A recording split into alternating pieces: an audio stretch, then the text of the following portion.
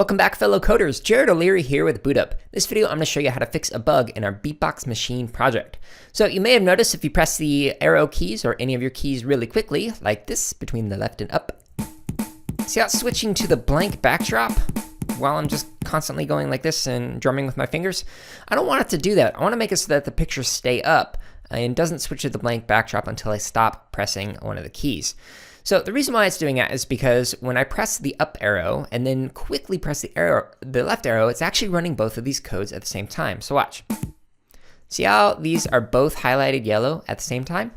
What's happening is if I press up arrow and then press the left arrow, it's like running the code as if it were going switch to photo, play drum, switch to photo, switch to blank backdrop, which is where we get that white space in there, the blank, then play the drum, and then go to blank. I don't want that. I want it to instead make it so that it keeps showing the photos until it finishes playing the sound on the last one. So there's a way we can actually fix that using a control block.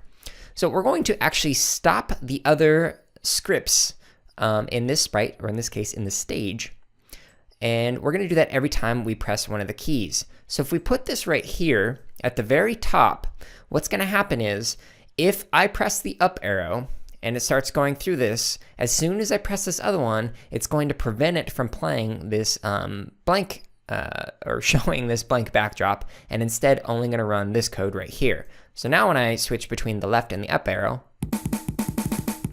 see how it's not switching to the blank until I stop and let go of the keys? That's exactly what I want it to do. So all you have to do is add in the stop other scripts in the sprite block at the very top of each one of these, and then you can drum without having the blank backdrop appear when you're playing with your face. Hey everyone, if you're watching this on YouTube, go ahead and like, comment, and subscribe. If you're not watching us on YouTube, you can find us on that platform as well as other social media outlets by searching for BootUp PD.